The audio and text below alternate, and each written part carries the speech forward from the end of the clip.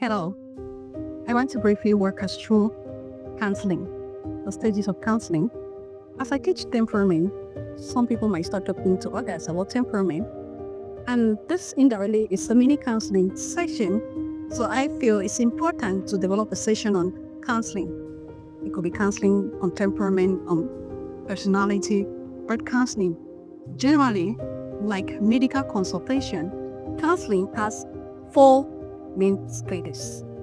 You have the intake, like when you come to the hospital, you're going to take your measure of vital signs, you're going to take your consultation, you talk with the doctor for the first time, when he's going to get all the problems you brought and some history and personal information with you.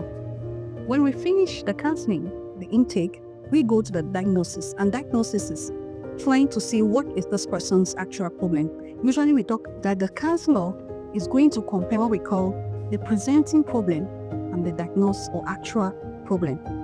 I could come to a counseling session and my difficulties is that I don't sleep well in the night. That's the presenting problem. And like somebody who is not a technical expert, I just want the counselor to help me sleep well. That is the presenting problem. But it's the work of the counselor to go above not just sleeping, to find if I have psychological issues that have been traumatizing me, if I'm going through stress, if I have other issues that are actually making me not to sleep. And when you look at the presenting problem and the diagnosed problem, which you can get by asking other related questions that could cause somebody not sleep, that's what we call the diagnosis. And like the medical doctor sent you to the lab and you come back with the results of what is your actual sickness.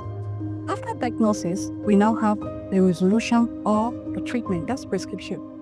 This is where it's a bit different from medical field, where the doctor makes the decision on which drugs to or not to give you. But with counseling, the client actually proposes this solution. For example, if it is that you're stressed about exams, I will not tell you sleep 4 hours, sleep 8 hours. I will ask you, what do you think you can do with your program if you need more sleep?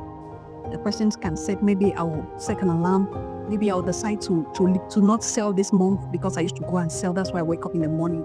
So the work of the counselor there is not to prescribe problems, but it's to each time the person gives a particular issue, the counselor is going to tell them the advantage and disadvantage of that solution. And at the end, if they give 5 solutions, the counselor's work is just to diagnose what is the advantage, what is the disadvantage of this solution that this person is giving. And at the end, it's the work of the client to decide that given the advantage and disadvantages of the 5 points I've given that has been exposed to me by the counselor, I, as the counselee, I choose to go with option 1, stopping my business for the month so that I can get enough sleep. I will catch up with my exams.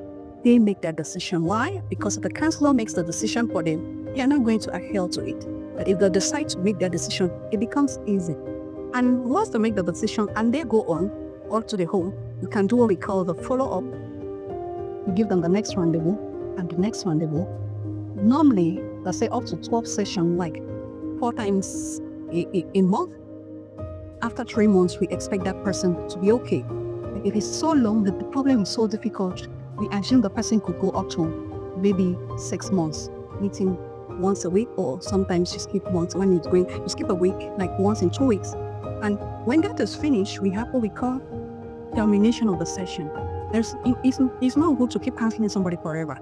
If it's 3 months, it's good. If it goes above 3 months, it's good. But there are cases that 1 or 2 sessions is done.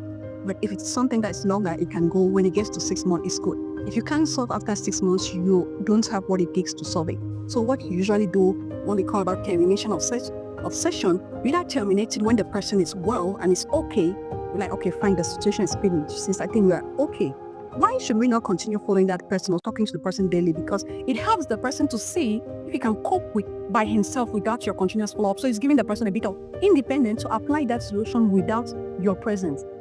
What about unsuccessful termination? It can happen that you finally find out that you are not able to solve this person's problem. So what do? You refer the person to another expert that has what you don't have, or you can, for example, I'm a counselor, but if I'm dealing with somebody who has trauma issues, after an issue, when I finally identify that this is a deep trauma, I'm going to refer them to a psychotherapist, because I know no matter how much I speak, there's a tendency that they'll keep on relapsing and relapsing because I'm not using the appropriate techniques. So I'll refer them.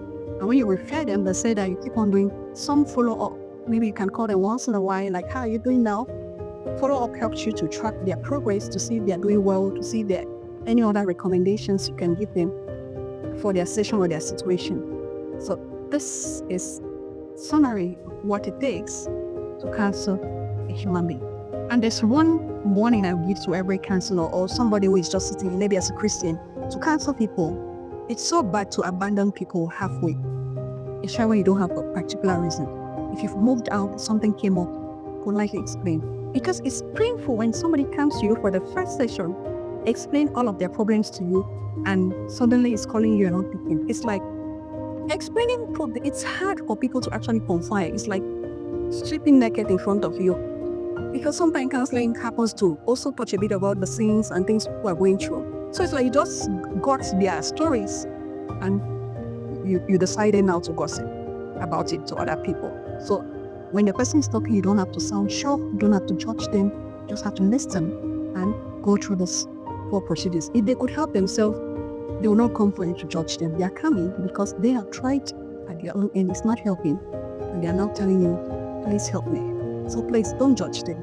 If you want to, before you take the first session, be sure you're going to be there till the end. Hello.